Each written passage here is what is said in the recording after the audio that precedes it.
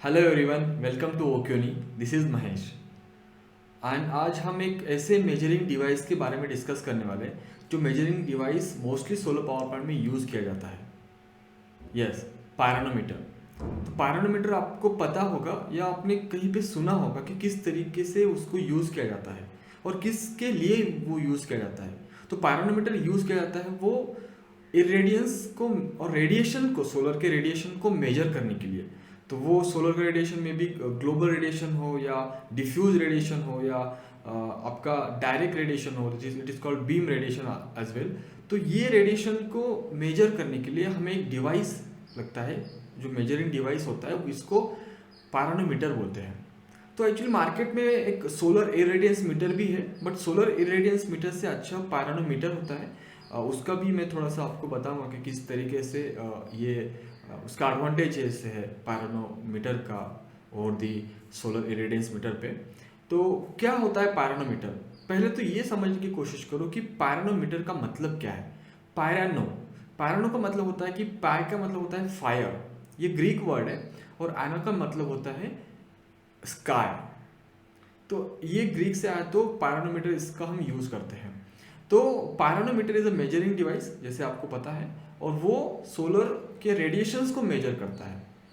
Okay, और उसका जो आउटपुट आता है, जो उसको कन्वर्ट करने के बाद, बिकॉज जो मेजरिंग डिवाइस है वो रेडिएशंस को कुछ वैल्यूज में कन्वर्ट करता है, तो हमें उसको यूनिट देना होता है। तो यूनिट है what per metre square, VAT पर मीटर स्क्वेयर, पावर पर मीटर स्क्वेयर। कितने मीटर स्क्वेयर एरिया में कितनी पावर सन से आ रही है, उसको हम मेजर करते हैं पायरोनोमीटर से। तो चलिए देखते हैं क्या है पायरोनोमीटर।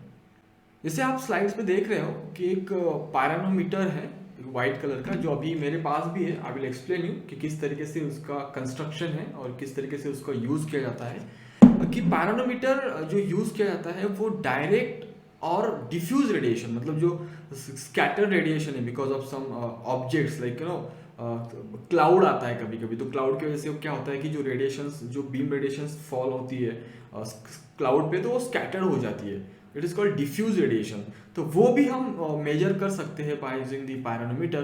तो वही हम बताते हैं कि जो डायरेक्ट जो पायरोनोमीटर का ऐसा इस तरीके से कंस्ट्रक्शन है, उसका इस तरीके से जो कंस्ट्रक्शन ऑफ दी पायरोनोमीटर है, वो डिफ्यूज एंड डायरेक्ट रेडिएशंस को भी मेजर करता है। तो वो हम देखेंगे।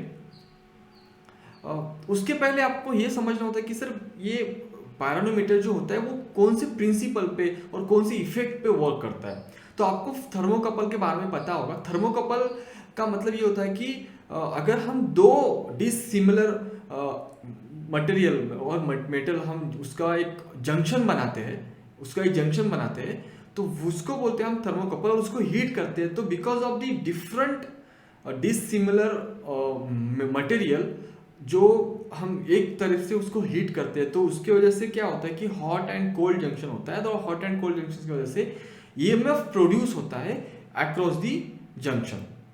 तो ये थर्मोकपल उसके बोलते हैं। तो आपको ये पता होगा कि वो जो इफेक्ट होता है, it is called Seebeck effect. Okay, Seebeck effect पे वो काम करता है। तो इस यही इफेक्ट पे हमारा जो पायरोनोमीटर है वही यूज करता है। तो जैसे कि सोलर के जो रेडिएशन है, जैसे इंसिडेंट होते हैं पायरोनोमीटर पे, जो अभी मैं बता रहा हूँ कि पायरोनोमीटर अगर रेडिएशन, जो रेडिएशन से फॉल ऑन होते हैं, इंसिडेंट होते हैं, तो वो एक कन्वर्ट करते हैं उसको टेम्परेचर में, और temperature will convert into the some EMF produce होता है। तो वो ईएमएफ प्रोड्यूस के हम एनालाइज करते हैं। एनालाइज करने के बाद जो भी वैल्यूज है वो कंपैरिजन करने के बाद आपको वैट पर मीटर स्क्वायर में मिलती है। तो यहाँ पे आप देखिए, इसके अंदर एक ब्लैक कलर का एक हीट ब्लैक बॉडी है, और वही ब्लैक बॉडी थर्मोपाइल है। तो अभी थर्मोपाइल क्या है? एक जो होता है थर्मोकपल जंक्शंस होता है टू डिसिमिलर मटेरियल से, अगर हम उसको एक्सटेंस करते हैं और नंबर ऑफ थर्मोकपल हम कनेक्ट करते हैं ईच अदर, तो वो होता है थर्मोपाइल। मतलब जो भी थर्मोकपल से अगर हम ज्यादा थर्मोकपल्स कनेक्ट करते हैं ईच अदर, तो उसको बोलते हैं थर्मोपाइल। तो उसकी वजह से क्या होता है कि आपको ज्यादा इफिशियंट और एक्यूरेसी मिलती है। तो यही एक थर्मोपाइल होती है जो अपने पायरोनोमीटर में होती है। तो अब हम वही देखेंगे कि वो थर्मोपाइल फिर क्या है। ठीक है, तो थर्मोपाइल क्या है? तो it is the bunch of thermocouples. Okay, now let us understand solar radiations और सोलर का जो सन का जो रेडिएशंस गिरता है सोलर जो पायरोनोमीटर पे, तो वो किस तरीके से होता है। तो आप अभी देख रहे हैं कि जिस तरीके से उसका स्ट्रक्चर है पायरोनोमीटर का, वो डोम शेप है, डोम शेप। इसका मतलब क्या है कि अगर आपको सनराइज से सनसेट तक, मतलब मॉर्निंग से इवनिंग तक जो भी रेडिएशंस आता है किसी भी एंगल पे, जैसे कि ये एंगल पे आता है, ये एंगल पे आता है, ये एंगल पे आता है, तो वो मेजर करता है। अगर आप सोलर इरेडियंस मीटर देखते हो तो उसका वो फ्लैट होता है। फ्लैट होने से क्या होता है कि आपको जो जो पर्टिकुलर सन पीक आवर्स है, जैसे कि मॉर्निंग 10 to 3 और 11 to 4 और 10:30 to 2:30, उसी में ही मेजर करता है। तो उसके लिए उसका आउटपुट इतना एक्यूरेटली नहीं होता है, एक्यूरेस नहीं होता है, इफिशियंट नहीं होता है, आप बोल सकते हो। तो ये जो पायरोनोमीटर है उसका इस तरीके से शेप है, तो वो क्या करता है कि हर एक एंगल पे आपको मेजर करता है। तो इसका यही फायदा होता है। तो आपको एक्यूरेसी मिलती है और आपको एक मतलब एक जो होता है ना कि आपको इरेडियंस चाहिए होती है मॉर्निंग टाइम में, इवनिंग टाइम में, तो आपको वो मिल जाएगा। तो इस तरीके से वो यूज होता है। तो अगर आप देखते हो बड़े बड़े पावर प्लांट्स में इरेडियंस मीटर कनेक्ट होता है और यूज होता है और इंस्टॉल होता है with the weather monitoring system या पावर प्लांट, तो वो मॉनिटर करता है डेटा। तो यही एक होता है कि आप किस तरीके से उसको इंस्टॉल कर सकते हैं। तो हम नेक्स्ट स्लाइड में देखते हैं कि किस तरीके से एक्चुअली उसको इंस्टॉल किया जाता है। अभी आप एक देख सकते हो, एक सोलर पावर प्लांट इंस्टॉल है और जो सोलर पावर प्लांट इंस्टॉलेशन का जो टिल्ट एंगल है, वही टिल्ट एंगल पे पायरोमीटर भी उसके साथ इंस्टॉल हुआ है। इसका मतलब ये है कि अगर आपको सोलर पावर प्लांट इंस्टॉल करने के बाद पायरोमीटर भी यूज़ करना है, तो आपको वही एंगल मेंटेन करना होगा जो सोलर पावर प्लांट इंस्टॉलेशन का एंगल है। अभी आप देख सकते हो कि जिस तरीके से उसको इंस्टॉल किया है, मतलब वही एंगल है और वही उसका ओरिएंटेशंस भी है। सपोज मुझे एक सोलर पावर प्लांट इंस्टॉल करना है कोई 20 डिग्री पे, तो मुझे वही एंगल मेंटेन करना होगा जो सोलर पावर प्लांट इंस्टॉलेशन का एंगल है और मॉड्यूल का एंगल है, विद द सेम डायरेक्शन। जैसे कि ये मैं अभी दिखा रहा हूँ आपको कि किस तरीके से वो एंगल हम मेंटेन कर सकते हैं। तो दूसरा ये सबसे इम्पोर्टेंट है कि अगर आपका solar power plant estimated generation नहीं दे रहा है, तो किस तरीके से उसको इशू हो सकता है। अगर आप, तो हमें एनालाइज करना होता है, हमें सिस्टम को मॉनिटर करना होता है। तो मॉनिटर करने के बाद हमें कुछ डेटा मिलता है। तो एक जो डेटा मिलता है हमें, वो पायरोनोमीटर से मिलता है, वो watt per metre square, that is nothing but irradiance. So irradiance जो हमें मिलता है पायरोनोमीटर से, वो हम एनालाइज कर सकते हैं हमारे जनरेशन से।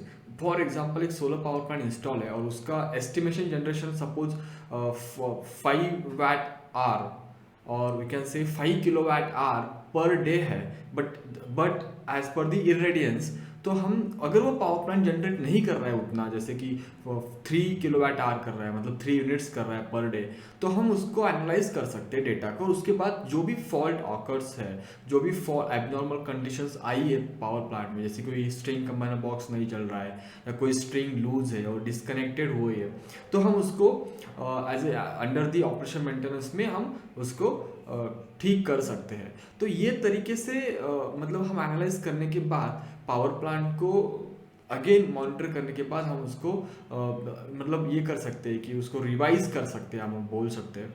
तो ये पावर प्लांट में सबसे इम्पोर्टेंट है। अगर आपका पावर प्लांट की कैपेसिटी ज़्यादा है, जैसे कि मेगावाट में है, तो हम रिकमेंडेड करते हैं कि पायरोनोमीटर यूज़ करो, क्योंकि उससे आप मॉनिटर करने के बाद जो भी एनर्जी लॉस है वो पायरोनोमीटर से हम फाइंड आउट कर सकते हैं एनालाइज करने के बाद। तो पायरोनोमीटर आप देख सकते हो कि किस तरीके से इंस्टॉल हुआ है एक स्लाइड में।